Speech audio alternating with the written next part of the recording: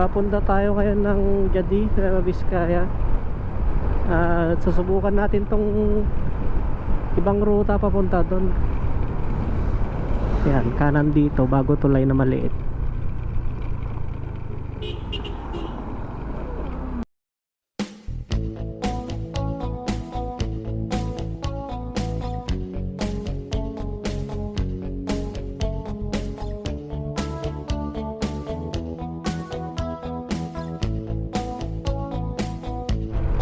Yan o, ganda ng view.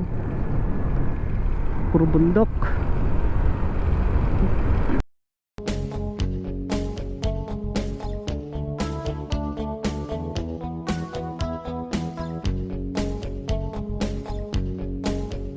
Yan mga sir, may mga signage naman. So, hindi naman tayo mawawala dito. Pag nakita na yan, to Jadi, yung kanan papuntang Dipog. Konting ingat lang mga sir kasi may mga putol na daan dito at masikip. Daan-daan na lang sa pagdadrive yan, no? After mga 30 minutes travel time siguro mga sir, lalabas tayo dito sa may Sabaran na daw to eh.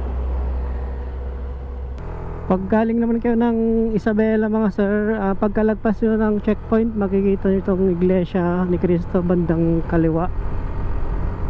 Tapos dito sa may likuan, kaliwa lang kayo dito. Ito yung tinatawag na shortcut pero malayo mga sir. Okay lang yan kaysa pumila ka dyan sa may ginagawang kalsada ng mga nasa 3 to 5 hours pag gabi. Daan ka na lang dito.